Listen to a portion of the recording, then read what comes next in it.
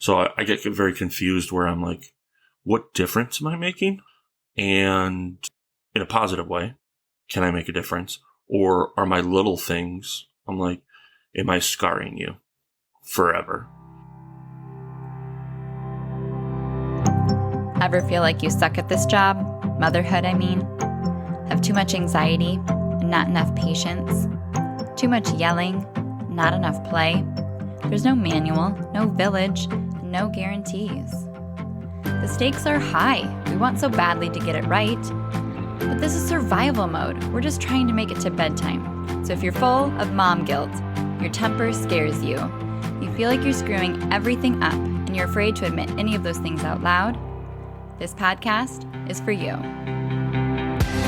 This is Failing Motherhood. I'm Danielle Bettman, and each week we'll chat with a mom ready to be real, sharing her insecurities, her fears, her failures, and her wins. We do not have it all figured out. That's not the goal. The goal is to remind you, you are the mom your kids need.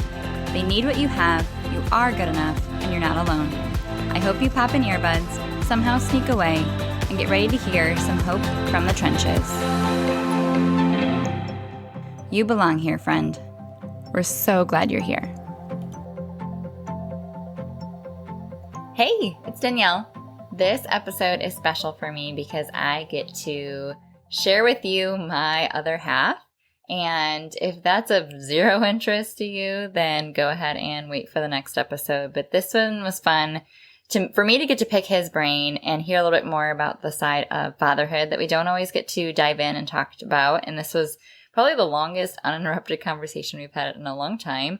So it went a little long, and I don't blame you if you don't listen all the way, but I do feel like he had really, really insightful things to share when it came to talking about his tip on raising girls to not let them get hangry. Definitely, he's not wrong on that. To know that he just cares so much about how they turn out, and it really was hard for him to come up with reasons why he is the dad that they need. And it was just interesting for me to hear his thoughts on what he was confused with initially with positive parenting, and know how we kind of figured out Annie, our strong-willed daughter, and the ways that he has adapted his thoughts when it comes to his parenting instincts versus what we do now, and his thoughts on just parenting in this generation. And I think if you wanted to share this with your partner or your husband for Father's Day, this one would be the episode to do that, so that they can kind of relate and resonate with another fellow dad that is in the midst of reconciling and deconstructing all of their thoughts on parenting as well. So this episode is all about us diving in. I asked him about his childhood. I asked him about parenting Annie, parenting in general, all the things, and I hope that it's helpful. The disclaimer that we had at the end that I'll say at the beginning is this is our own experiences, our own kids, our own thoughts, our own beliefs on how our past has informed our future and our current responses. So we share this in a way to help you either be able to resonate with the feeling of normalizing what's happening at your house and know you're not alone, or just sharing our own perspective so that you can, compare that to yours and know that that you can see things in another light, or just kind of challenge some things. But take all of it with a grain of salt. So happy Father's Day on Sunday, and know that the worth of the work that you're doing as a father is so worth it. It is so important, so influential, and at the same time, so frustrating, so defeating, so hard. And if you are taking the time to seek out any resources or even listen to this episode, your kids are lucky that they have a parent that knows how much it matters and they really care. So, without further ado, my other half. Welcome to Failing Motherhood. My name is Danielle Bettman, and on today's episode, I'm joined by Mr. Wholeheartedly himself, my husband, Bryce. Welcome. Hello. You have to promise to behave yourself today. Yeah. I'll do my best. We're going to see how long our kids will not interrupt us, and also how many times we have to re-record this. Yeah. At this moment, they have full access to a hose, and we know they've used at least a full liquid cup of dish soap to wash a cage for some bunnies that we are getting. Yep. I don't know what's going to happen. And you gave them your phone. I did. So. Parenting 101. Yep. Do you have a checklist or a one-pager for that? I don't. No? No. Just give them your phone and go record a podcast. Yeah, so it's Sunday morning. Mm-hmm. And you got us some Dunkin' Donuts coffee and donuts. And we're just going to see where this conversation goes. Yeah. Thanks for having me. Yeah. Thanks for allowing me to be on the podcast. Happy Father's Day next week. Thank you. So I'm treating this like every other guest I have on. So I have some questions prepared that you have kind of seen, but we'll just see where the conversation takes us. Yeah. And I'm more interested in hearing your perspective and your story as you've come to find parenting approaches and kind of reconcile learning strong-willed child's behavior, figuring out how your childhood matches up with their childhood, all that stuff. And I'm here for the stories. So if you weren't married to an early childhood development expert, what would your parenting instincts have been? How would mine be different? Yeah, I think it would be a lot more shaming, a lot more not explaining or not having patience. And if I did come around to those things, which I think I have, I think it would still be a lot more walk on eggshells around me because it's my way or the highway. Mm-hmm. Like I really wouldn't give the girls much of a voice, our children much of a voice. It'd just be like the old command and control attitude. Mm-hmm. I probably should have done an intro for those that are new to us or new to the podcast. Our family unit is you and I and our girls who are now 8 and 7 somehow.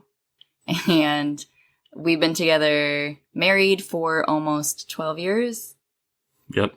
And together, what did we say, 18? July 18th, 2009. Hey, nailed win. it. December 27th, 2002. Yes, our dating I can never anniversary. remember 2002. So, yeah, So it we've was been together after- since you were 17 and I was 15. Yeah. Again, that sounds way worse when you say it. You're less than a year and a half younger than me. Yes. Yep. You're a grade lower. Uh-huh. But when you, even though 17, 15, it just, the farther we get in society, Uh-huh. more and more of a Me Too movement. I hate the way that sounds. You were Even 18. Even though there's no ill intent, I just freaks me out. Okay. We should cut that whole part out. Okay. And edit. Okay. So to expand on your parenting instincts, what were some of the things that your parents did well that you wanted to bring into your parenting? Yeah, probably should have started with that, huh? No. Especially if I'll get that phone call. As humans, we tend to fixate on. Well, Letting go. to go back to that though, what I think my sister and some of my brothers might say is I intentionally at some point blocked out most of my childhood. And it wasn't from like physical abuse or I don't want to go down a path of, I don't know why, but I don't remember a lot of concrete things. It kind of starts coming back to me. Even parts of high school, I kind of connect back to about when I was 18. But like anything before 12, I don't really recall that strongly. So I will try to give my most honest answer from what I can remember. What my parents did well, my mom really helped us to be independent. So single mom, when I was 6, my parents split. Single mom, she was supportive, but she wasn't always able to be supportive. So she helped teach us independence, kind of had to do things on her own. Allowed us freedom to kind of grow in terms of go play with friends. Everything that in the 70s was like, they would talk about doors unlocked, kids run around. But, we got to do that in the 90s. And then my dad, he did have to travel a lot for work. So when he was there, he was like hanging out with us. Like even to this day. It's not like my dad just sits there and watches TV or watches sports. It's like he was like, okay, we're going to do stuff. I mean, you've witnessed it firsthand. Mhm. Whenever we visit him, he's like, haven't really made any plans. You guys are just coming. We'll just do whatever. And then when we get there, he has a There's verbal always agenda, plans. Yep. agenda, an itinerary that you're like, oh boy. And he's like, we're doing all these things. Uh-huh. And you're like, awesome. I do think they still gave us a lot of freedom to grow. So on the opposite side, when I was younger, in my 20s, I remember thinking, I don't feel like they had a lot of teaching moments, which we do with the girls. I don't know if that's good or bad, but I spend more time going like, here's a teaching moment, where we didn't have that as much, but they were like either letting us constructively grow by ourselves and be independent, kind of latchkey kid sometimes, but also when they were able to, they were hanging out with us, even if that was just with my mom being around watching TV or eating dinner at the table or, you know, cleaning, doing some chores, and my dad maybe playing baseball, taking us ice fishing. He would take us on things he liked to do, or sometimes things he didn't even really like to do, but he wanted to be doing it with us to create a memory. Mm-hmm. But he wasn't sitting there going, I'm going to teach them exactly how the steps of how we fish. It was like, yeah, watch me fish. Here, do you want to try fishing? Let me show you. Just every once in a while, you know, here's a couple things. So I think that's what they did well. Yeah. And the reason I asked that kind of right off the bat is because it's one of the questions that I start initial consultations with my brand new clients. What I can gather from what they share is, yes, it's important to know, you know, did you come from a really corporal punishment household? And, you know, did one of your parents have a hothead temper that they, you know, that you have picked up and have to struggle with now? But even more importantly, they say in like the therapy world that it's not as important what your childhood was that affects your kids as you parent, but it's how you make sense of what happened to you in your childhood that affects your kid's childhood. So one of the best things I think that's happening in our parenting generation is that we are making sense of our childhood and we're reflecting and we are kind of like reconciling some of the things that we may feel like, you know, didn't serve us the best, or maybe we, you know, every generation probably says like, I want better for my kids than I had. And so here's what that looks like, or here's what success would feel like to me. But even more importantly, I think it's just knowing our parents were doing the best that they could with the resources they had and the information they had. Now, since I have different information, different experience, different kids in front of me, what makes the most sense and how can I bring that in to my parenting perspective of that added level of reflection and to add that intentionality in. So when we first started out parenting, you know, I was still working in home visiting and we had Lila and I was still working. We didn't really read a bunch of parenting books together. We didn't even really know most of the parenting terms, Right. like attachment parenting, positive parenting, respectful parenting, gentle parenting. Any of those terms were not spoken in our household. We didn't really have a lot of tools to bring us together in those first couple years. So where did you feel confused as things started just like, you know, because we're just weighing it one day after the next? Where do you feel like you struggled in some of those early years as they became toddlers and we didn't have a lot of conversations? You know, I thought the toddler years were almost, and infant were almost easier.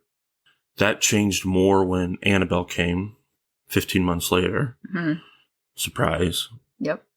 And then that's when we had two. So I was like, into the toddler thing was, how do I get them when they're upset? How do I identify what their need is? Because I still go back to either have a dirty diaper, they're hungry, or they're tired, or they just want love. So it was like, just do those things. It didn't get to be until they were, I would say, forming some our girls would form some opinions. Mm. Because we were like, I wanted our girls to be able to like it's okay to question everything and question authority. And if I know your listeners don't know, but I probably am pretty thorough when I explain something. I like to be really thorough. Now, I don't know if that's because of my mind or something I didn't get when I was younger, but I want to tell them why we're doing something, and that has just aligned with our parenting. But they don't always care, and then they just share their opinions, and that's when I get the most frustrated, is because of like the lack of respect. So that brings in the old style of parenting. I know if you ask my parents, they would laugh and be like, I don't ever remember being so disrespectful. I probably was all the time, but like the kids not listening, because I go 0 to 60 pretty quick. Because I feel like that's what that gets your attention, and that's what I experienced as a child. It was a lot of walking on eggshells. Now, when you look back, because you respected mom and dad, honor thy father and mother type of upbringing, even though we didn't. I'm sure we had 1,000, if not 1,000,000 free passes. I just remember the times when we didn't and we got called on it. And it wasn't pleasant. So I thought that was more built in. I think the other big thing as dads, the respect thing is big for doing dad stuff. I already lost the question. What was the question? Where were you confused? Like, what did you struggle with? Okay, so the respect. So now I'm talking they're like 3, 4 older is respect. And then 2, when I look back on, you can see it all over social media now. And I mean, I'm glad people are being vocal, mental health and mental health issues, anxiety, depression, or just even like experiencing trauma, however you want to define different traumas. A lot of people, I thought a lot of those behaviors, when it comes from trauma, were like learned behaviors. So because you experienced this, I don't know if I'm saying that right. Maybe Laura will be like, oh no. Close, but no cigar. Shout out to Laura Pryor. Yep. We can have her footnote this episode. I know. Shout out to Jack too, her husband, because I was like, I know when you asked him last Father's Day episode, was like the respect thing. I'm like, he had such a good line on it. Like, are you crazy? Of course they're not gonna. And I'm like, yeah, but maybe, in my head. I'm no, the grown up, of course, yeah. But that trauma, you're like, I'm surprised how many behaviors are just innate in some of our girls. Even being like shy, like we've done everything to build confidence in them and help them to be brave and help them to not give up, try again, but they're still pretty shy. It takes a while for them to warm up to new things. And we have friends that have kids that are like head first down basically a 45-degree incline hill sledding. And they're like, they don't give an F. They're going for it. So you're like, oh, but our girls are still like, they'll do things that I go, oh, I thought I have that, but I thought that was because somewhere in my early childhood, a behavior like my parents would have been like, they shamed me or they said, be quiet, sit down type of thing. And we still see that from our girls. So I get very confused where I'm like, what difference am I making? And in a positive way, can I make a difference? Or are my little things, I'm like, am I scarring you forever? And I don't even know it. And that's easy way of saying like a physical force. Or like, we used to get pinched in church. All of us, I got like 5, there's 5 of us, 5 brothers and sisters. All of us, if we were loud in church, we got a pinch on the side of the thigh from my dad. And then my youngest brother, who's born in 2002, like a genius, like an absolute genius. I remember my dad telling me, being like, Brock, we were in church and he was being loud and fussing. He's probably like 4. So I gave him a pinch, and in front of the whole congregation is like, ow, Dad, don't pinch me. And I was like, I didn't know you could do that. Yes. It was beautiful. And I'm like, should have thought of that. So that was the kind of level of like, do what you're told that we kind of followed. even though we pushed those boundaries in a informal setting, but in a formal setting, it was like we knew our role. But yeah, I think I'm confused at what I'm doing right to be helping the girls and what I'm doing wrong that's potentially scarring them. Because as they've gotten older, I've realized some things are just nature versus nurture, or the outside influences that I'm not seeing. Like, I don't talk about my feelings. Problem number one. Lila does not either. And we have done nothing. I've probably told Lila more of my feelings than I have you. You know what I mean? When we're trying to explain things and why, and we're saying it's okay to be. Unfortunately, I ask what's wrong a lot because of my insecurities. And she's just like, doesn't want to talk about it. I'm like, well, who did what? Why? That's not fair. I was going to teach you how to not do that. Like, I didn't know it was already built in. It's pre-programmed. Yeah. That's frustrating. Yeah. Because you can't control their perception. And that's the thing that like adds that pressure to parenting, where you're like, I could do a million things right, and they're not paying attention. And then like one time when I'm just really at my wit's end, I can respond to them, short or curt in one interaction. And then like that's the one that they go to bed, fixating on.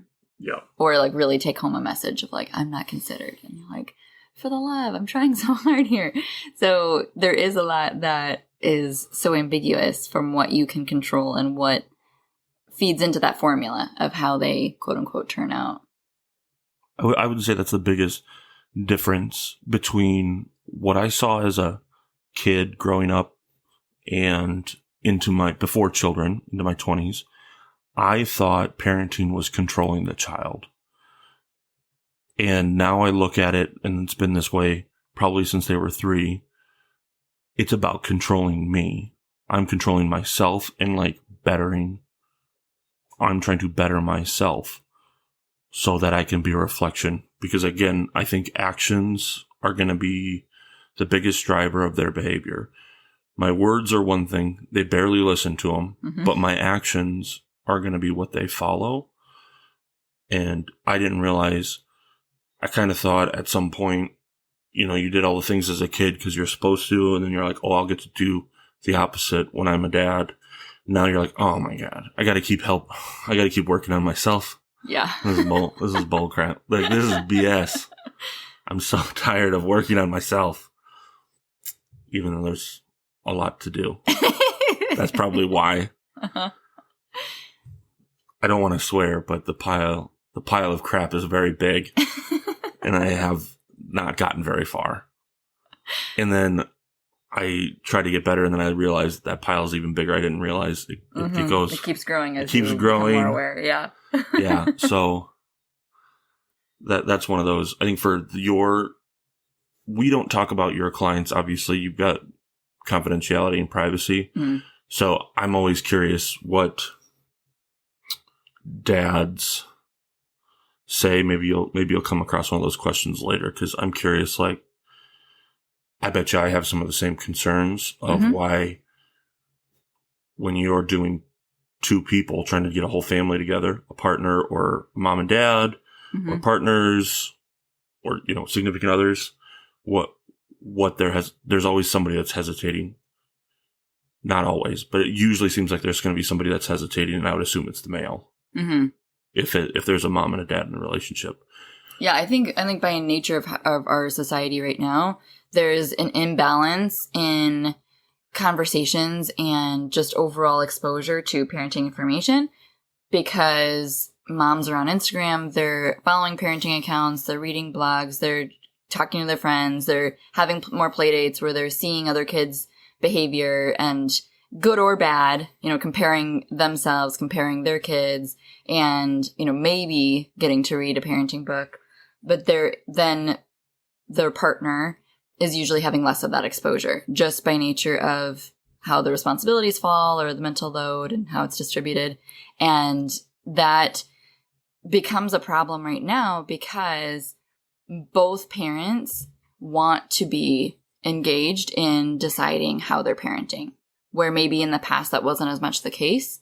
Now dads are wanting to feel like they have questions. They are trying to figure this out. They do want to feel confident, and they do want to know that they're doing the right thing for their kids, because every parent wants what's best for their kids. Every parent has an idea of what success looks like, and based on their own life experiences and how they've made sense of their life, they're deciding, okay, well, that means that I need to act in this certain way, and I'm perceiving this behavior in this certain way based on how my parents would have dealt with it or whatever. And so then there's these two partners, and they're trying to come together and create plan C when they have A and B with the kids that are in front of them. And they're trying to do either what they thought would have been right or how their parents would have done it. And neither one is working. And usually what they're trying to be kinder, they're trying not to yell. They're trying maybe not to spank, but they don't really have a lot of other tools to feel like they have any, momentum or influence in the right direction to get cooperation. So it's like, how do you get a kid to get their shoes on and get out the door without threatening, without yelling, without any of these other things? So then they kind of tend to swing on a pendulum of like, well, either we basically are so permissive and we're trying to be so kind that we say please, and we ask a million times, like a broken record. And then, you basically get yourself to a place where you snap because you're human, and then you're yelling and you have a super short fuse and you regret it later and you're apologizing. Or you do what works and you find yourself in a vicious cycle of threats and bribes. And it's just like you're constantly trying to be like, what can I take away, or what can I let you do that gets you to do what I need you to do right now? And neither one of those sides feels good, because it doesn't feel like that's the parent you thought you would be. But then you don't know what else to do instead. So you just find yourself like the strong-willed child especially drives a wedge. It drives a wedge and exploits that weakness, and it heightens that insecurity, and it makes you second guess everything you're doing, because it obviously isn't working if you're getting all of these huge emotions from your child, or you're getting all this pushback or blatant defiance and backtalk and all these things that you're like, I don't like this. This isn't fun. So then that's basically where families come to me when they're just feel like they've exhausted all the other options. They're just stuck in that cycle. And both parents know they want to do differently and they want to work on themselves and they're open to change, but they just don't know what that change is. And like you said, usually the husband is more hesitant because it's a time commitment, because it's an investment, because it's just adding another thing to an already busy family life. But when they do sign up, it's usually because their wife has said, I've done the research. I really think that this is the next right step for us. And, I kind of need you to trust me to know that this is going to be good for both of us, and we can, take this commitment level. Or they're the ones in, doing more research and having the conversation with me to ask the questions that they want to know. And they're deciding for themselves, I want to be a better dad. I want to feel like I have the information. I want to talk to an expert about this. Yeah. So that's interesting because, so what I hear you say is there are a lot of people that are like a lot of partners, dads. I'm going to say dads. I don't want to lump it, but let's just as inclusive as possible. Yeah. But if there's a partner, usually the male is like, I'll come along and I do want to be better. But it's interesting that, do you feel that it's mostly the female, the woman partner that is searching you out and looking for help rather than the male on the majority? Yeah. That's interesting. Number one. I just find that fascinating because it would be the same for us. Absolutely. If we were looking for somebody that did yours, I know that I wouldn't. And I'm trying to examine why that is really quick in my head. Mm-hmm. So if this podcast was called Cis White Males That You Probably Don't Need to Hear Advice From, this is my segment. Yeah. Is a lot of our behavior, and I know not everybody's going to agree with this, but this will be like my 2-minute thing. A lot of our behavior as males was learned from our mothers. So from my mother, even though she wasn't like, here's what chivalry is and here's what, but my dad did his thing, but he wasn't like, here's how you treat a woman and all that. That came from society, and then a lot from my mother, especially from like us being in the church. We were in the Missouri Synod Church, so it was like, well, Free Lutheran too. So a lot of that came from my mom. So, my mom was still like, she kind of built levels of, this is what women do. This is what men do. This is that role in marriage. And that was influenced by religion, but I'm surprised more men now aren't like, we can do better or we need to do it different. I mean, we've had at least a little inspiration and enlightenment to being like how much mental health is an issue and how we can talk to therapists, even just having that conversation. A lot of times, like men, I would go out there and be like, I don't know why you're not doing it. Besides the expense, I get it. But being like, it's not even like, hey, you have to go identify where the bad stuff happened. You're just like, how do you move forward? How do you fix it now? How are we moving forward so we don't recreate that pattern, or, what hurt, or how can we help build on that and make it better, not just fix it. And it's the same for what you do. I'm just blown away that it's not more male researched and led sometimes, because being in Nebraska, at least, and having that kind of evangelical background, the male is supposed to be in charge of the household. Supposed to. And, then the woman's supposed to take care of the kids. But you're like, if you're in charge of your house, why aren't you benefiting to the good of your house? Taking that initiative. And if that's not the case, it's like, where did we learn as males? Where did we learn that it's like, don't address this? Because I have it. That's the question I'm asking from a perspective of, if I didn't have to, I know we're going to probably talk about it later, but my history, like, I don't want to talk about my feelings. I'm very independent because I have huge trust issues. You can only count on yourself. You don't need nothing from nobody. Do it all on your own. Bury it deep down. Get the F over it. That type of stuff. And I don't have any dramatic things that would have happened that I could say, that's why I'm this way. But that's the way I am.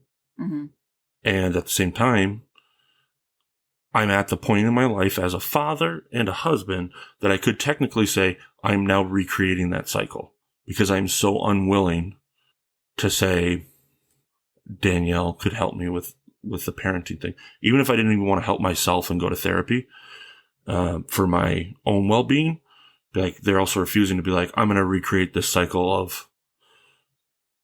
for my kids, because it goes, well, everybody says I turned out fine. Like, what does that mean? We're not thriving as a nation if we're going to say it's a unified system of, here's how we deal with the health and well-being of our children.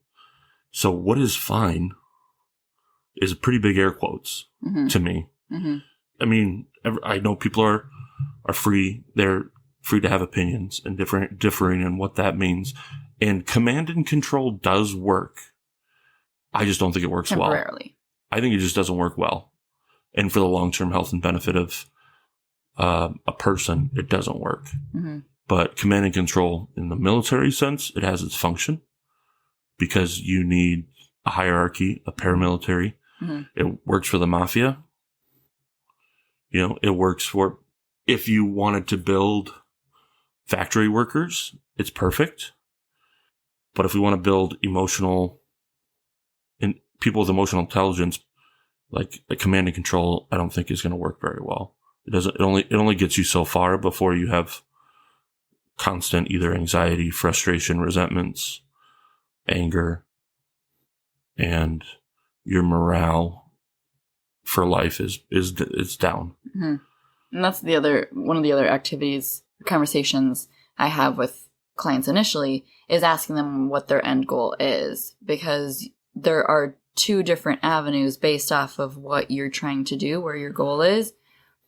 you're either going to have a really well-behaved child or you're going to have a really well-adjusted adult. And the road to each one of those is a different path. I was a very well-behaved child. I still am. I'm a rule follower. Mm-hmm. I do not want to get in trouble and create conflict, even though... Is that really benefiting you and or society? Yeah. Absolutely not. I mean, is it benefiting me? It's benefiting society in that I don't break the rules, but I find myself stopping the girls from being like exploring in a public setting where all kids are like running around, for example, and that may be an annoyance, like a public pool where they're just kind of cutting through, and you're like, I'll spend more time and energy than is needed and put stress on myself and stress on the girls that they should be carefully watching everywhere they walk, not cutting around people while they're just trying to have fun. And I'm like, why? To what benefit? So the person that is trying to swim laps on 2 p.m. on a Saturday when I'm like, what are you even doing here? So that they're not annoyed. Yeah. I'm like, that doesn't... I protect other strangers' feelings more than my kids sometimes. Correct. Exactly. Yeah. Thank you for saying that better, more clearly. Better. But I at least can catch myself doing that now. I still get frustrated because I'm like, why am I so self-conscious that I'm worrying about my own image of what this stranger thinks of me and my kids or my parenting over trying to tune in with what's wrong with my kids. How can I better tune into what they need, or asking myself what I need to get to have a game face in this moment, or to, calm down. And I'm so much more worried about that stranger and how they're feeling, or if they're inconvenienced sometimes. I agree. And you know what? Totally agree. But I also like if that stranger at the same time put their hand on my child. Right. I would be all like, I know that for an assault charge like that, bail's going to be set at $10,000, and I'll be like, all right, as long as we have $1,000, 10% in an envelope somewhere, like I'm going after him, because if he's not allowed, they're not allowed to touch my child like that, or like, I know I'm exaggerating here, but do you know what I mean? Yeah. Where I'm so caring about that stranger's feelings, but there's obviously a line, right? Where I don't know where that line exists, except for I don't really want to find it. So I'm so caring about their feelings, where it's like, yeah, basically. But it really comes down to my own self-preservation. Yeah. And so that I don't feel like I'm bothering someone else, or I look bad. Correct. That's what I look bad. And it stresses me out. I mean, it's the same reason I'm so independent, because I need to take care of myself. So when I actually have to say, I need to take care of myself and others in a social setting or in a setting in public that I can't really control, it's stressful. It's very stressful because I can't get over the fact that I don't need to be doing all of that. Mm-hmm. So I feel like you have come a long way from when Annie was born, which is 7 years ago now. And she came in a bit guns blazing, lots of big emotions. Hell yeah. Lots of opinions, lots of just very stubborn, very set in what she wants. And I think she gets that from you. Yeah. Okay. Not me. Definitely not me. Yeah. When was the day that you realized that she was your personality incarnate? I don't know. Because when even up until when she was like potty training at about 2, and I just remember all of her fat rolls and looked like little rubber bands, and she had her little hair and the pigtails, just those pigtails that are like 2 inches long. Yeah. And she'd be just scream crying because she didn't get something. I was like, it's still so cute. And then about 2-3 years ago, when she was like 4, 5, and she would still have those outbursts, I was like, this mother effer. What is her deal? Because again, it was like, question everything. It's okay to question authority, except for when it's me. What are you doing? Yeah. I mean, when you say it out loud, it's that easy, but that's what was happening. Yeah. You're telling them one thing and then doing another. I don't know when. She looks more like me. Oh, yeah. Unfortunately. From day one. Yeah. No, she's beautiful, obviously. She's beautiful, yeah. That's more a joke on me. I don't know when that was. When do you have a moment? I feel like as our kids have gotten older, from when they were born, of course, everybody speculates and they're like, oh yeah, I think they got, your nose or your eyes or whatever. And our kids, it seemed like at least appearance-wise, the DNA was split down the middle, where our first has mostly my features, right. Our second has mostly your features. And then right. as they've gotten older, it feels like all of the personality traits have also just lined up along that split. And that's why I do better with Lila. Yes. who is more like you. Uh-huh. Now, I remember her being like 3, and we were talking, and I was like, let's do this or that. And I was like, oh, let's do X, because I wanted to do it. She's like, no, let's do Y. And I'm like, yeah, but X. And she's like, no, we're going to do Y. And I'm like, yeah, but what about X? She's like, no, we're going to do. I'm like, you are your mother. Like, it does not matter. I'm like, let's have a democracy. Let's vote. Let's have a democracy. Let's pick out of a hat. She's like, or we just do what I said. I will give credit to our children. They are expert negotiators. Mm-hmm. Like, they do a really good job of listening. Genuinely problem solving. To their advantage. Sometimes completely disregarding what you said. Somehow manipulating it and going like, and you're like, you know what? Let's do what you said. And I'm like, good for you. Mm-hmm. Is the case. They have me wrapped around their finger for most times. That's fair. Yeah. But they're pretty good at your daughter, as I say. Our oldest is pretty good at getting what she wants, as in the bunnies that we're about to get. Yeah. How many notes did she write us? How many? So many. You're known. People don't know this, but you're known for your wild hairs, and then you go hard. And she goes really hard. We don't give up. No. And then I have very few things that I do that I absorb, like my quiet time for peace and to fill my cup, like cooking. Mm-hmm. And that's when I know you really want to do it, is because you will not leave me alone, even when I'm cooking. Yeah. Yeah. Because I'm trapped in a corner of a kitchen trying to make something really fun, and you're like, let me show you my phone, and I'm like,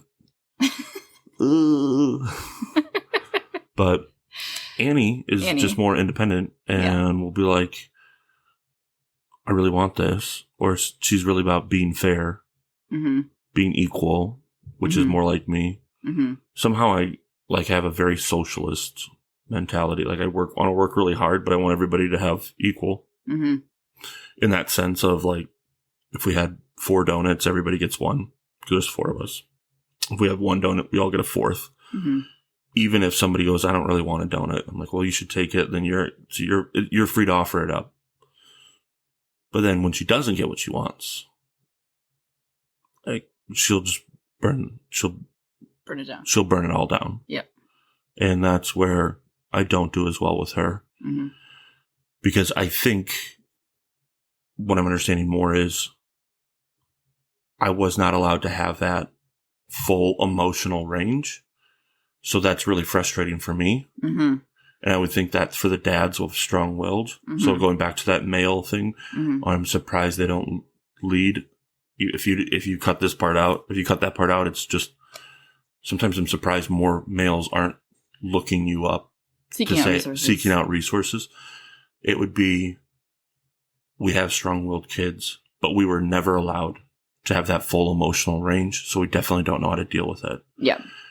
In the context of emotional range, we see that in our partner, but we're also usually older.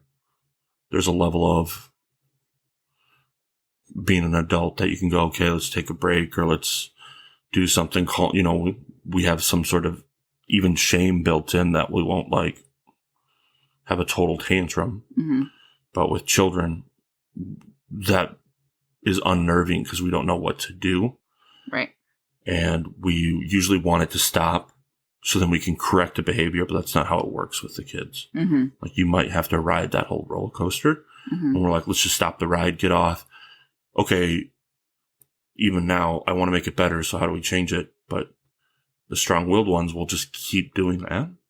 They'll ride the whole roller coaster of emotion, so you're not used to that. And guess what? You do it once, you teach them a different way to do it, they're probably going to keep doing it that same way, and that's really frustrating. Really frustrating. Yeah, for moms or dads, but I'm just, Yeah. from my male perspective. Yeah. Watching Annie reoccurring, I think we've had several arguments where I'd be like, is your method, I blame it on you. I go, Mhm. is your method working? Because she keeps freaking out like this. Mm-hmm. And that's not fair. And I should say I'm sorry for that. I mean, I apologize for all those. I mean, No, I yeah, probably we said have that we have multiple spirited times. conversations about parenting, and I have chosen to remind myself that you are asking the questions because you care, and you care very much about how our kids turn out, and you feel responsible for what we can control, and you are second guessing things because you want to, like, it's that passion is there. Yeah. Where it would be worse if you weren't engaging in that conversation with me at all, rather than, me taking it personally and that being the problem. The problem would be you not being willing to have a conversation at all about it. Well, do you remember? So we, as a man, I have talked to the girls, but like being respectful, or being a dad, not as a man, just the dad, being like, I try to show you girls respect, and then I hope that you can be respectful back. So when we're disagreeing, we're not using, mean words that are just trying to hurt each other, which I think they do a pretty good job. They do. They don't, it's not like we're saying, shut up, you're an idiot type Mhm. of thing in our house. I think we do a pretty good job with that, but their general tone is more disregarding of my care. So that's what's disrespectful. Mhm. Or they just don't want to listen. They don't want to do what I want, what I'm asking them to do. And so we've been teaching a lot of that respect for years. Mhm. That was my thing, even though I know I'm not getting it, but and then what did Annie say like 2 days ago on her birthday in the car? She's like, so what does respect mean? Mhm. Why do you guys care about respect so much? And you're like, oh yeah, you're 7. Mhm. Number one, you probably got it when I said it to you the first time at 3, but you just don't really know. Your brain is constantly developing Yeah. in a way that I'm like, oh, you don't get it. I'm an adult. I remember. I think, here's my previous experience. This is how I learned from it. This is how I get better. I'm like, are we giving our kid, do we think like every 5-year-old is doing that? No, they're not self-reflective in that way. No, they're not. They can in certain things, but overall concepts, they're still grasping. Mm-hmm. And I'm like, what am I thinking? Like, that's where I was like, what am I thinking? Like, I wish every dad could hear that moment, because it was like, oh, I'm an idiot.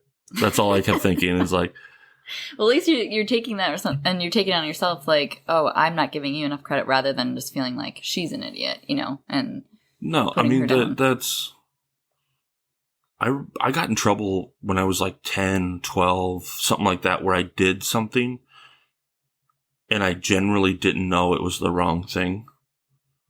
And I was like 10 or 12. And then I kind of got in trouble and you're like, oh, I didn't know I wasn't supposed to. I'm like, so I can only imagine. There's 7. Like, the only people we should really be talking like that to is probably above 16, where you're like, you have a major responsibility that could imply that you could accidentally kill somebody with a vehicle. So at this point, you either have to have grasped this concept or not, Mm-hmm. which I don't even know if is academically a true Yeah, the statement. brain is still developing. It's still, but you're like, yeah. why do I not allow them to make mistakes? Yeah. They do. I do allow it, but some of those concepts, like, why do I think they all of a sudden grasp all of these values and know the definition of everything that has taken me until I was a parent, and in the first few years to wrap around, okay, this is how I want our family. This is what I want for our family, Mm-hmm. along with you going, here's our goals. Right. And I'm like, okay, at that point we were 30. And I'm like, how does this 5-year-old not get it? Idiot. Well, and I think too, it's not only that we're trying to teach them rules in the same way that we're trying to teach them how to count, how to use utensils at the table, how to, use the bathroom, all of those things. It is a teaching process. That's what discipline is. It's to teach is what the root of that word means. And so much of what we're trying to do, we need to remind ourselves that it's repetition. It's by role modeling. It's by pointing out examples. It's by reinforcing when they do something. It's the same teaching process, social emotionally, as it is with every other thing that they're learning. And we don't, remember that when it comes down to behavior as much as we need to. And the other part of it is that, especially for strong-willed kids, it comes down to their perception of the moment, even more than it comes down to the rule itself. Because for simple things, like, we can't run in the street, or, we don't hit our friend, or whatever, they learn that rule very quickly. But when they continue to break that rule, it's not out of manipulation. It's not out of complete defiance. It's not because they don't know it's wrong. They continue to do it because they either don't have the impulse control and the emotional bandwidth and capacity to act on that rule consciously in that moment, or there's lots of other variables going on under the surface of why they feel super justified to do it, or why they feel misunderstood in what they're using that behavior to communicate. And as for strong-willed kids, like, they feel like so justified in the way that they are perceiving the world. And if they don't feel like anyone else is validating that, they don't care what you have to say. They don't care what the logic and the reasoning and the explanation and the teaching moment is if you don't have credibility, if you don't meet them there. And that's where, like, all of the other tools and approaches just don't work with that personality of child.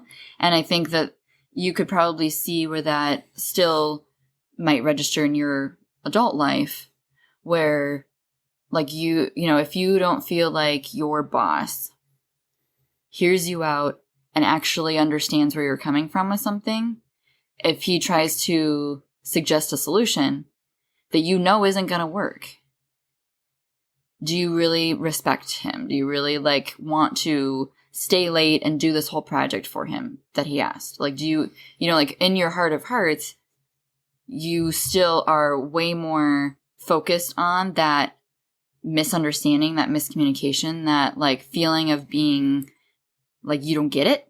Right. That's where strong-willed kids fixate. They fixate on you, but you don't get it, though. Mm-hmm.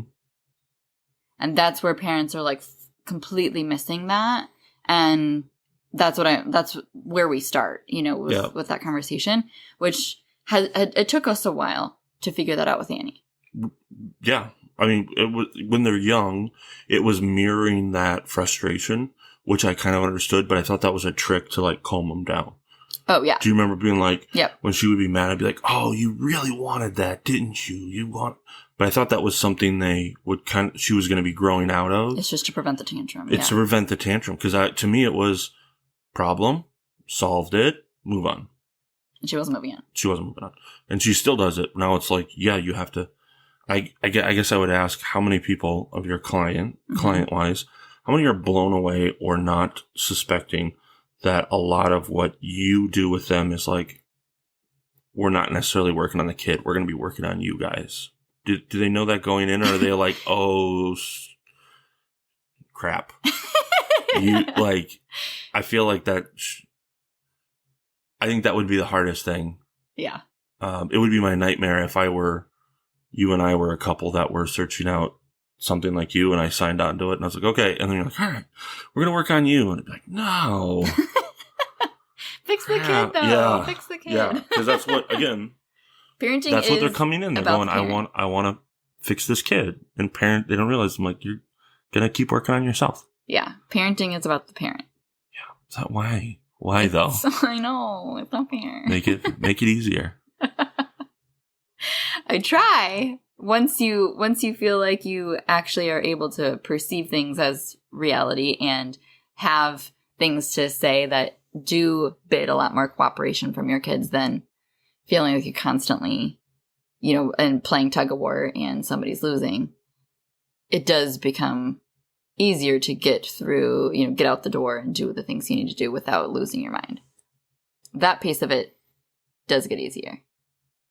But is it an uphill climb a little bit? Does it get worse before it gets better as you have to kind of deconstruct everything you thought you knew? Yeah. That's not fair. Nobody warned us about that. I think you're I'm not going to get any new clients from this episode because you're giving away all of the all the bad news. No, I'm just kidding.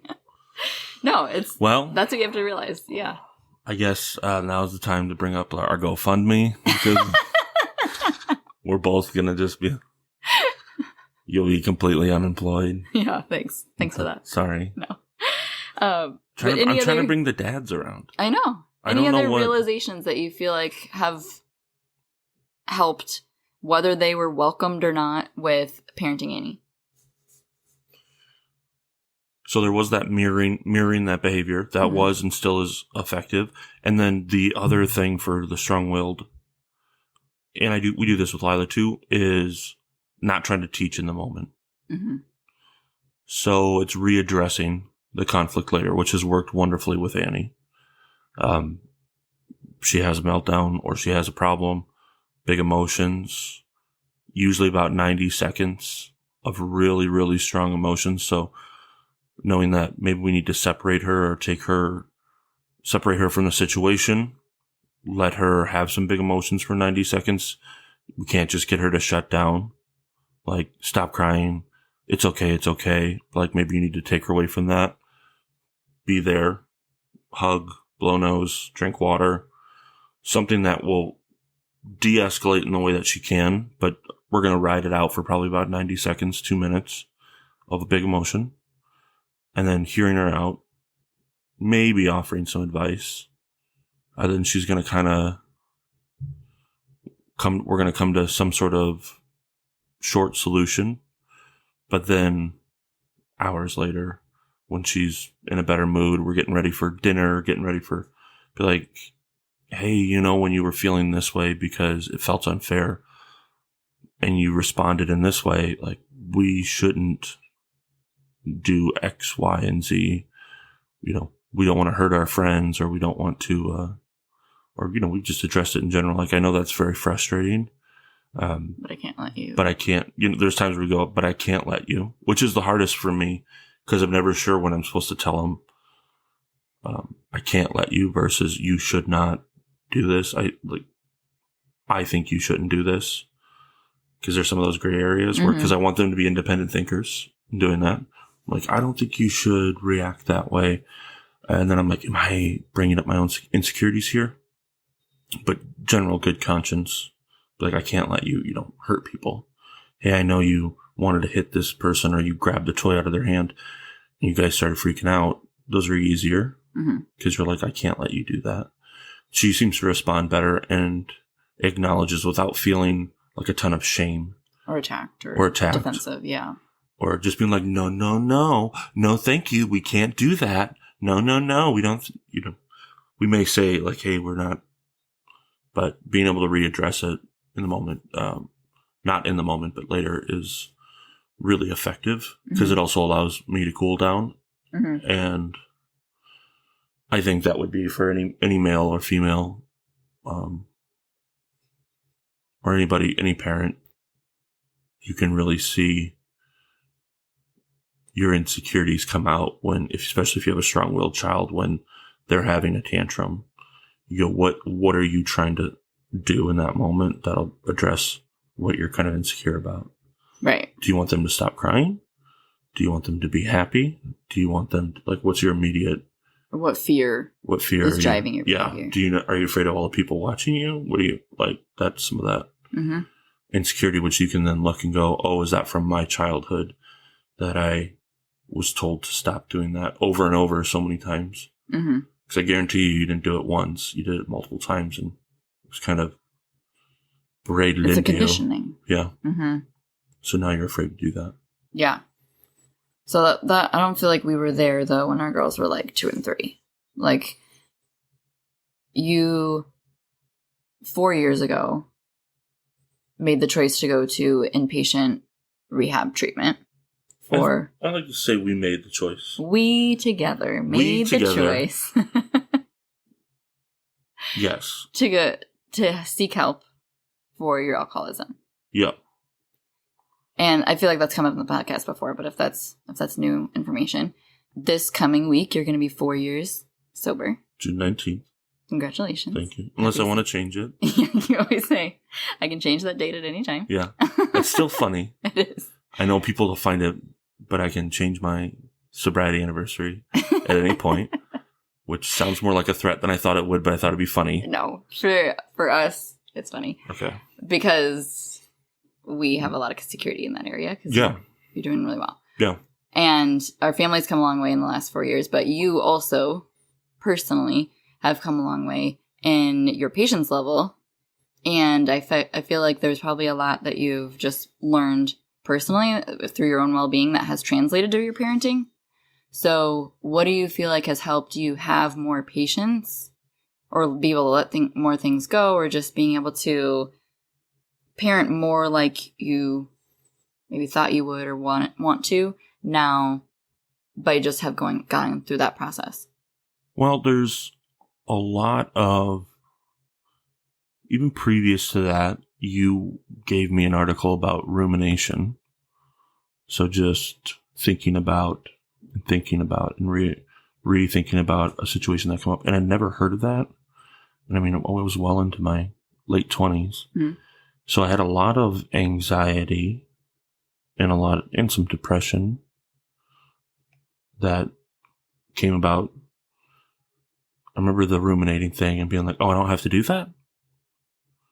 Because you do it with everything. With things you said, things that happened at work, a person that looked at you wrong. I noticed I'm getting healthier because I have sometimes re-brought up those thoughts. So there's my old job, friends I haven't seen in now going on 5 years. And you're like, man, I wish I would have done better. I'm still embarrassed by some of the, I don't have a bunch of wild moments where I was like breaking stuff or, getting arrested. But I mean, just how I acted, just the general dialogue. There's a reason that they haven't kept in touch, And I think about that, but I don't let it like drive into my heart so deeply because there's nothing I can really do about it anymore. Now, if I have some things I need to apologize for, that's different. But there are certain aspects, just like that rumination, I just went, oh, I don't have to think about these things. Because I was in a corporate setting where we didn't want to call it weaknesses. Everything was an opportunity. It was an opportunity. Let's work on your opportunities. So I constantly wanted to be the best. I work really hard. I don't know why, but one of the things that defines me is I like to be really good at it the first time, or I don't want to do it. A huge fear of failure. Yeah. Okay. I like the way I said it better. Okay. We'll say it your way. Damn. No. But yeah, I don't, that right now we're working on, I've got a transmission, a 4L60 transmission. Never worked on cars before, but I'm now trying to rebuild a 4L60 transmission for a 92 Buick Roadmaster Limited. Mm-hmm. Don't have any idea what I'm doing. Mm-hmm. But you expect perfection from yourself. Right. Because I watched videos and I don't know how to connect either this shift cable or the part of the shift link, but I don't know why I can't figure it out on the first time because I watched the video. It should be straightforward. I can follow directions. Why isn't this? So there's that. Mm-hmm. There's the same as that fear of failure. What was the question? Now I'm only thinking about that transmission and that Chiron bolt that I have to get out that I don't really understand. How has either inpatient or outpatient treatment or any of your growth through AA, how is that translated to help your parenting? Oh, extended yeah. patience. So the rumination, just being like, it's okay to not think about it. I was like, oh. And then from there, I learned in inpatient, the best thing that we did was 30 days. I can't remember what our group was called. Oh, basically we just called each other out. So we had to say how we were feeling that day. Pointed at one of these feelings, which was a strategic feeling to basically bring up semi-generic, and then you had to say why you felt that way. And then a room full of gentlemen, probably minimum of 10 up to 18, would either ask you questions or call you out on that. So it was it was a no BS scenario. And in the same thing, like, hurt people. No, those guys are hurt as well. So if you're giving us free reign to be respectful, but to ask hard questions, it was like, you didn't get away with, well, why dig down until, sometimes it was crying. Sometimes it was sitting there being like, you're right. We just couldn't freak out. We just weren't allowed to freak out because we were all there to try to help ourselves. And I did that realizing if I wasn't going to get help, I was going to die. If not mentally, physically. Mm-hmm. So yes, we made the choice that I should go, but I would say I had that breakthrough pretty quickly that I was there for myself. Even if I, at the end of 30 days, couldn't get out and see you guys, which I could, but even if I couldn't, I was there for me and only me until it started there. So that helped me. I was lucky enough to get there quickly, because then the rest of it was like, talk about all the things that you've never really gotten to address or been asked to address or been told to. Said that out loud. And then everything else is kind of a breeze. Gonna be honest. My counselor at that just happened to be the guy I had to do all of when you're doing 12 steps, you're going to write down kind of all your past grievances and things, and you got to say that out loud to somebody. Mm-hmm.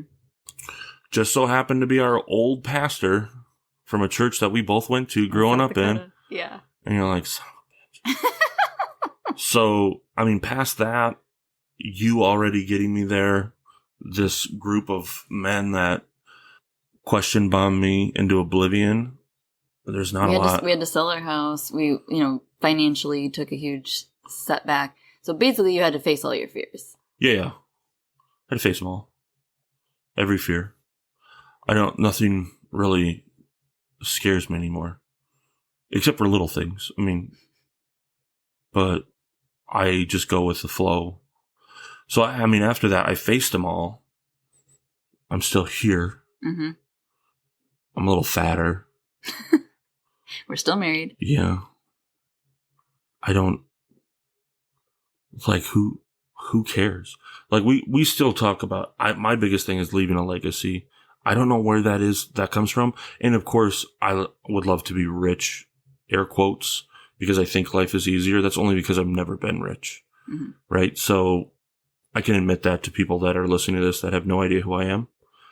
I'm always a hard worker because that's you're supposed to be able to earn money and provide for a family.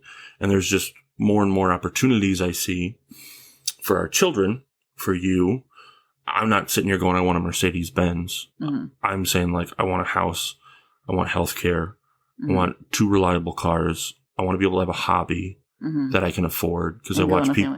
Yeah. Because I watch people have boats, or they do all these hobbies. They have vacations, and I'm like, why can't we? What am I doing wrong? Why do we not have enough in retirement? Why are we not constantly maxing out for Roth 401k, Roth IRAs, whatever? Mm-hmm. And that disappoints me because I think I'm just supposed to. So there's little weird things. I get more stressed out about my cooking. Like when the sauce fell flat last night. Oh, that made me so mad. But I'm looking at, I'm going to go. So right now, can I give it, since I can share one of my passions with cooking? Yeah. Okay. So right now I have chicken sitting in buttermilk. Mm-hmm. Now, if you do yogurt, if you're in Indians will do, for most part, I think the whole country, India does a yogurt marination for a lot of their meat. You'll add a little salt. Now I'm using buttermilk. So there's already the thing about what happens, needs to be in there probably a minimum of 2 hours. What happens after 6 hours versus 24? I'm curious, even though I've done it over time, I forget because, again, conditioned myself to forget things, block them out. So which is fun in cooking because everything's a new experience because you've done it 2 years ago. You're like, didn't know I did that. You show me pictures of the food I made and I'm like, I didn't know we did that. But now I'm really diving into what is the salt percentage. So brining, dry brining. There's all different kinds of brining, depending on the percentage, the amount of time. I won't go into it, but it's crazier than you think if you look it up. If you look into it, with my food science background and culinary background, you can go. There's a reason if you're just salting the outside, it's got like hams and prosciutto's got to sit for 90 days because that sort of penetration versus a wet brine versus injecting it versus how you sit. So you go, how much brine do I actually want to add to a buttermilk? As in, how much salt do I want to add to this buttermilk mixture? Is it going through osmosis? Am I going to degenerate too much protein? Is it going to be able to hold any water? Am I really adding any benefit? All these questions are coming up how this buttermilk and the salt is affecting it. And if we just make it and it turns out to be a little bit dry, I'll be like, this is the worst day of my life. Because everything I've done is over. Like, you know what I mean? Like, I just want to go in my tower, be away from everybody else. I just want to feed my birds. Just leave me alone. Like, that's all I'm thinking about. Because I was talking to my dad about brining. There's 3 different kinds. Not like wet or dry, but how the salt interacts. Percentage, 5% will help denature the protein. So you can only use a certain amount of meat though. And then 2% is kind of what your ending value should be, 2% of by weight. I forgot the question. But like that type of stuff scares me. But I don't really care about anything else because I can just go with it. I just learned how to go with it. And the level of patience just goes with that. Because you're like, I don't know. I'm not in control. I don't have control over it. I can control the things I'm in control of. Mm-hmm. And not worry about the things I'm not in control of. And you just start deciding, wow, I'm not really in control of much. And then focus on the things, I can change. Mm-hmm. Like that was I'm trying not to say like the 12 step stuff out loud. But do you feel like that was one of your biggest takeaways from like before treatment to after treatment of like one of your core beliefs or one of like the things that really drives your behavior? Do you feel like that was one of the defining differences of that you learned? Yes. I think they'll, in anonymous groups that may remain anonymous, would say you need to give your higher power control because you're not in control. And even some of them will say fake it till you make it type of thing. And I used to think there are people that use that for an unhealthy adaptation of almost like cult-like thinking. You need to get into it. But for me, it was like I don't go to a lot of meetings anymore. I know that's helpful for some. And but at some point, it just turned around and it was in my mindset. Several months after I was out of treatment and that, it was like, oh, I'm not thinking in the old way. It's not in my control. What can I do? Mm-hmm. Just kind of gotta let that go. And so that was a big deal. Because it's not in my control. And then you're gonna be, it also reminded me that how much people change. So I had to look back, going to therapy, seeing some people talking about issues, you're like, holy smokes, I've changed a lot. Even from 20 to 35, but let alone from 5 to 10, 10 to 15. So we're acting like these kids are all going to gain every moral fiber that they have, every thinking process situation that they're going to have is all going to be developed by the time they're, and like in the moment that you're teaching them. I'm like, it's not all. Like we need to condition them with with love, patience, kindness, and we can continue to, but like every time is a learning opportunity. It's not so much like it has to be. Yeah. Here's a hard and fast rule. Boom. Follow it forever. If you sway or go away from this, I'll pounce on you until you get back in line. Mm-hmm. It's not true. That doesn't help. I don't remember the stuff in the moment because, I can get mad. I don't scream, No. but I get either passive aggressive or I'm just like very quiet. So if there is a dad or mom or someone listening to this and their child's behavior bothers them a lot, where they constantly feel like they're struggling with their patience level of just like snapping or losing it, every time they see a mess that's not picked up, a wrapper, offhand comment that their kid, that they don't feel like is respectful, that, everything is basically a trigger. What do you feel like you've learned that you could give advice that would help? I mean, the first thing that comes to mind is you're not in control of them. You got to stop thinking that way. Because I am the guy with the wrapper. Pick up the wrapper. Mm-hmm. I'm like, I'm not in control, but I can ask him to pick it up. That's more on me. Why do I feel disrespected that the wrapper's still there? Because I'm just going to have to pick it up. I also question, is your partner not going to pick it up? Are you the only one doing things? That's a deeper issue. Mm-hmm. But I would be like, you're not in control of that. And to a certain degree, I had to look back. Like, I didn't do dishes and all of that at a young age and help around as much of the house. And now I'm kind of like, would you say I'm lazy around the house? No. Yeah. I mean, I'm pretty diligent about, like, there's just a time where that will come around, but that's just through, I would say, more calm perseverance. I don't know that you need to basically be so hard on your kids because you're just creating another monster. It's benefiting no one.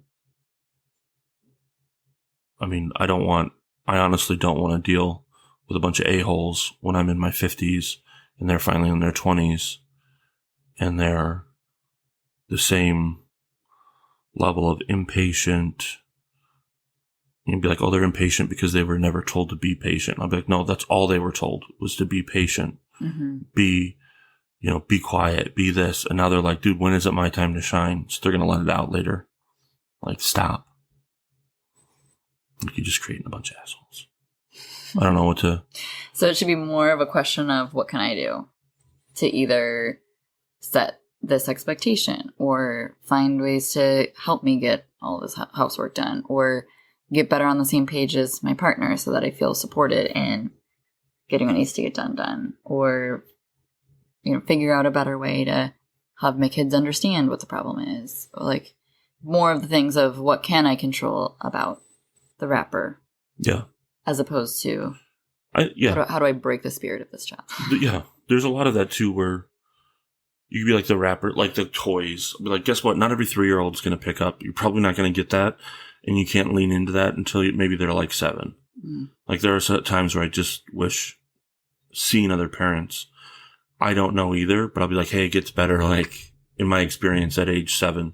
So guess what? You had kids. You did your business. You made a kid. You now get to pick up for 4 more years. It's too young. They're not going to get it. Yeah. So stop wasting your time. Yeah. Like you're just causing yourself. And then you're, in turn, if I want to be selfish, you're taking it out on me probably in somewhere else in the world because your kids aren't listening. So stop. Like you don't need to be in control. Worst thing we have is social media and some of the platforms because I'm sure there's parents out there. You've seen the forums. You've seen the online. You're like, you don't need to go comment on something because your house is out of control and you want to be in control somewhere else. So TikTok videos are the way you get your opinion out. Where you're going to you talk about politics or how somebody's doing a side part versus a middle part. I don't care. Nobody cares. Your reaction to them is very important. The reaction you have of sitting there and thinking about it, maybe before you react, or just being honest and saying, this is why I'm starting to feel frustrated. But still, most of the time you might just be like, yeah, I'm still the parent. These kids owe you no joy. They owe you nothing. I think as a parent, we should think that we are completely 100% responsible for them in bringing, if we get joy from them, that's a bonus. We owe them everything in terms of a marriage. Marriage, they'd say, is 50-50. Now, when we grew up, it's like, oh, it's 100%. Like, you do everything, whatever. But, like, meeting their needs, like, a kid really owes you nothing. Like, that's just it. If you're gonna, I don't know, I would almost rather not expand on it, just to hear what people think, but like... But I think it does come down to, we don't have to self-sacrifice and give everything to them, like, and have them have no boundaries, have no responsibilities on their end. Like, it can't be the inverse where we drive ourselves into the ground. No, because I guess I meant emotionally. They don't. Yeah, because our kids Good point. What you're saying is our kids are entitled to ask to watch things, to want toys, to not, basically their default is to be pretty self-serving. Yeah, I don't like that. I don't like the flavor of it. I don't want to eat that. Yeah. I don't want to. I don't want to play that. I don't want to do this. They are entitled to have that opinion, and we are entitled to tell them no. Yeah. Or to tell them to wait, or to meet our own needs at the same time. And there's going to be conflict with that. Yeah. What they don't owe you is an explanation every time, or I'm going to do this because it makes you happy, Mom. Like, that's not what they're not responsible for our emotions. Yeah, I'm figuring out. Sorry, thank you for clarifying that. But I'm figuring that out more. That I think I treat it too much like it was a marriage. I'm expecting, I do this for you, you do this back for me. Yeah, or which it can be problematic. Yeah, of course, in a marriage. But I am the guy that if you do something for me, I'm going to do something for you, because I don't want to owe anybody anything, which is already problematic. But you treat it like a marriage, like, oh, you do this, so then you'll be. Oh, I've got you some ice cream. Like, isn't that nice? Like, next time maybe you'll get me the ice cream. It's like, that's not what kids are going to do. I don't know at what age that maybe will change, but what if we just generically set it at 18? Instead of after that, like, you still need healthy boundaries and teach them about discipline, respect, and, whatever, earning their own living. I don't know what you want to say, but like, contributing to society. Contributing to society. Thank you. But you're like, as a toddler, the people that you're helping, which are what ages, 9 and under? Under 7. Under 7. I mean, at that point, they're like, they really owe you nothing in terms of, it's not reciprocal in terms of the emotions. So I think too many fathers, at least, are like, I'm doing this, I work hard for you, and I put a roof over your head. Yeah, bud. You had a good night with Mom. That's your problem. You owe this, you owe that roof, you owe that food, you owe that stuff, and start looking at it that way. Where, like, the respect can be earned too, but it's going to be earned through actions, not not your words of your demanding words. Yeah, it's learned by modeling rather than demanding. The whole, like, do what I say, not as I do thing doesn't work. No. I think we'll see that. I think we'll see it more and more in our generation. They'll probably, if you want to invest in something, it's probably nursing homes, because I think a lot more parents and children will not have our generation of parents. Our parents, the early, or what do you call them, latest boomers, they'll probably be less of a connection there. Because they're like, yeah, I got out of it. I don't want to have anything to do with you. Yeah. Which, at the heart of parenting, what you're responsible for and your role with your kids, yes, you want to teach them skills. Yes, you want to help them learn perspective. You want to instill values. You want to create guardrails of what's appropriate, boundaries of how you act and how you treat someone. All of those things. But the most important thing in the heart of parenting is developing a relationship that is filled with trust and true acceptance and belonging, and making sure that the child feels safe and that they can explore and learn and be curious and have a safe haven to go back to after they explore and get reassurance and know that someone has their back and that they're on their team and that they will step in if needed when they're in trouble or out of line, and will act out of their behalf of what's best for them. And we lose sight of that when we micromanage behaviors in the moment, and we feel like however we react right after a behavior happens is the most influential moment that will define how that person turns out 20 years from now. And that just isn't true. That all the influence is on all those neutral moments of when we're just hanging out as a family, and the way that we're talking about people down the road, and the way that we are treating each other, through our marriage, and the way that we are either living our life or not living our life.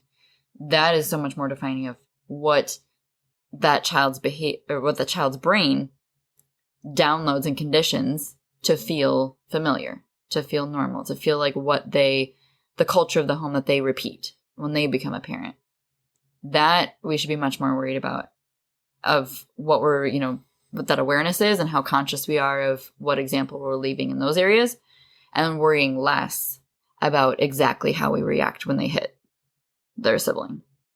But that's really hard to step back and zoom out, and extremely hard. Yeah. Yeah.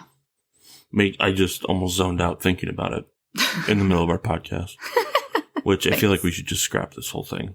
We're not scrapping this whole thing. No, I don't know. I don't even know what I said. I don't think I answered. Every time we talk about, that's what I find fascinating. You have methods and some procedures in some of your work, like setting family business plans and things.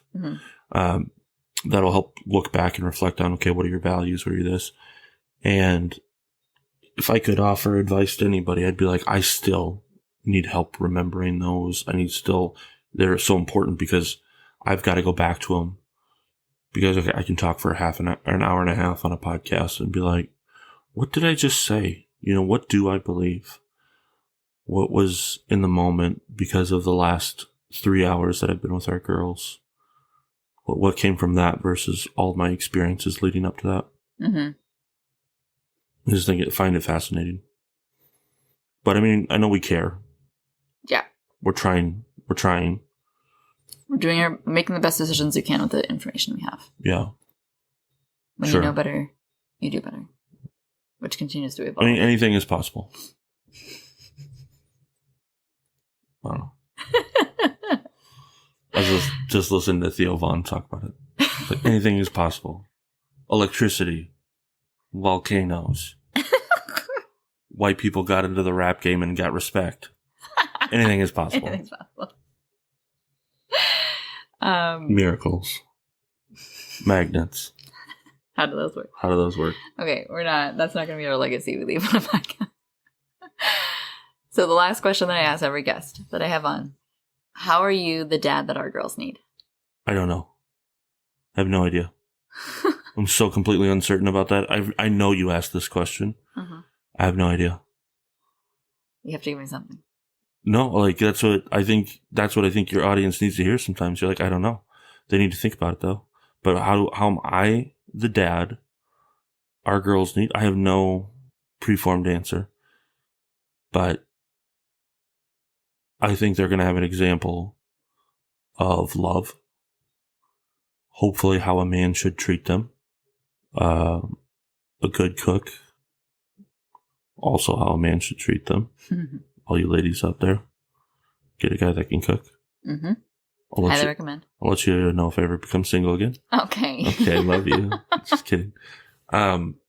For Lila, I'm the dad she needs because I like to listen to her and say, how can I help? Because I have a wife that has wild hairs, and I say, okay, what do you need me to do? so I can help explore with those. Mm-hmm. And then I'm supportive. And then I'm building her confidence because I tell her she's awesome, or I tell her, I don't say, that dress is so cute. I say, you make that dress look good. You're looking awesome today. Mm-hmm. You know, Mm-hmm. I can tell you worked hard on that. Mm-hmm. Man, how proud are you feeling? Are you feeling proud? How does that make you feel? For Annabelle, I'm good for snuggles. She's harder because I feel like she's more your girl. But when I'm with Annabelle, I'm there to, I'm able to riff with her on her interests, expand on them, watch her be independent, give her tasks that are independent. When she wants to cook with me, Mm-hmm. I show her. But also at the same time, when she just wants to sit and talk, I'll listen. I try to give them the time when they want it. I don't always force the time on them, but I don't know, Annabelle's a little difficult.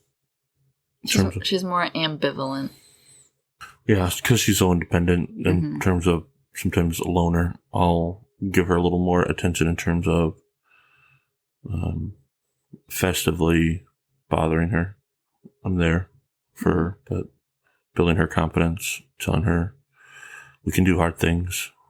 Pretty much stop and be like, what do you need me to grab? Because she's on a mission. Oh, yeah. Like, let me go grab one of these things for you. Mm-hmm. I don't know. It's a hard question that you ask. I know. What do people respond? You haven't listened to all the answers? I have, but I have a strong ability to block things out. I listen to a lot of true crime too, but I don't, and comedy, but I don't know a bunch of bits or know every.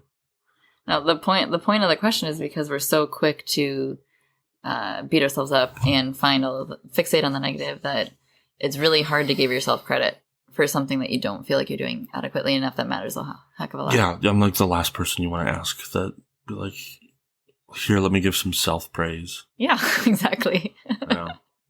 That's why I was going to stare at you with the recording device on until you came up with something. And I think it was very deep and reflective, so I appreciate it. Well, I appreciate you giving me a platform to ramble. Mm-hmm. Hopefully I didn't vulnerable. Take anybody off too bad. If not, I don't really care. I don't. No, I try to keep my opinions are my own. Yeah. Danielle's opinions are her own. We are reflecting on what we have learned through our life experience within our own home that has developed our own approaches, and we share it so that it can either resonate and validate something that you're feeling, or help shed differing perspective or new information that you can use as you figure out your own. I should give that disclaimer up front. I feel like you're my PR rep prepping me for my apology tour. No. This is your YouTube video where you say, I'm sorry. This is where I'm sitting on the ground, holding the own camera in front of a couch. No, I appreciate you. I just always appreciate how well you can word things. I mean, you have a sense of the phrasing and just a non-rambling tone, which is always appreciated, but I have listened to the podcast. You know that, but I do love it. I'm glad you have this opportunity to speak to people. I just wish, I don't know, but I wish it weren't just mostly women. I wish these guys would be on here thinking about how they can do better.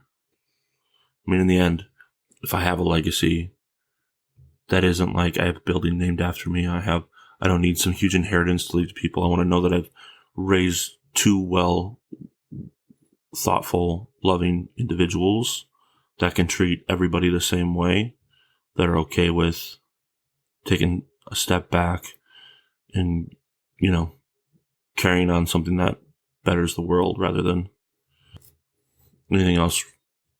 I'm trying to say physical. Material. Yeah. In the capitalist realm. Yeah. Yeah. Yeah. For me, the biggest things that drive why we do what we do is some of those core family values, like being different is good. Mm-hmm. and being, inclusive in how we talk to each other, talk to other people, like share stories, really help them understand people that are different from them.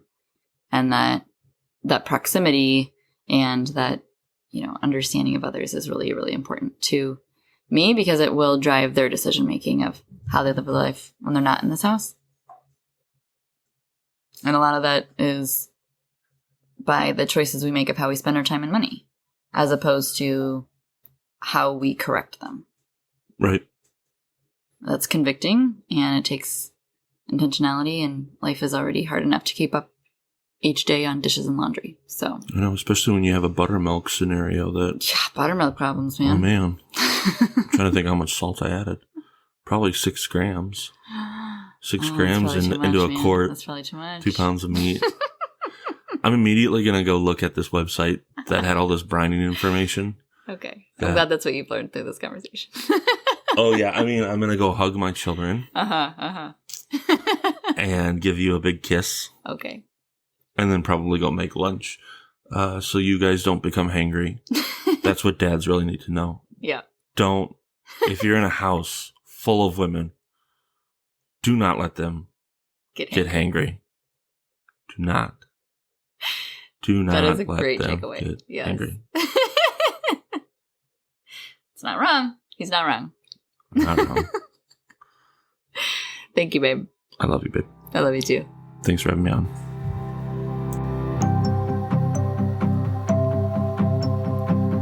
Well, that's my bestie. Now you've met. I am so grateful for his vulnerability and just for sharing his heart, and I hope that it resonated with you.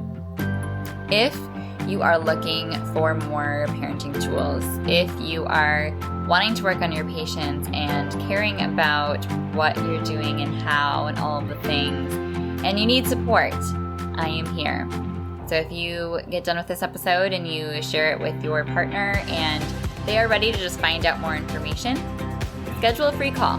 There's no obligation to find out what is out there and what is possible for your family and what it would look like to work with someone to gain more parenting tools. So schedule that free call with the link in the show notes. It's wholeheartedly.as.me/call. And fill out a little bit more information about your family, and I can point you in the direction of more resources and support. That would be helpful. Thank you for coming on this journey with me.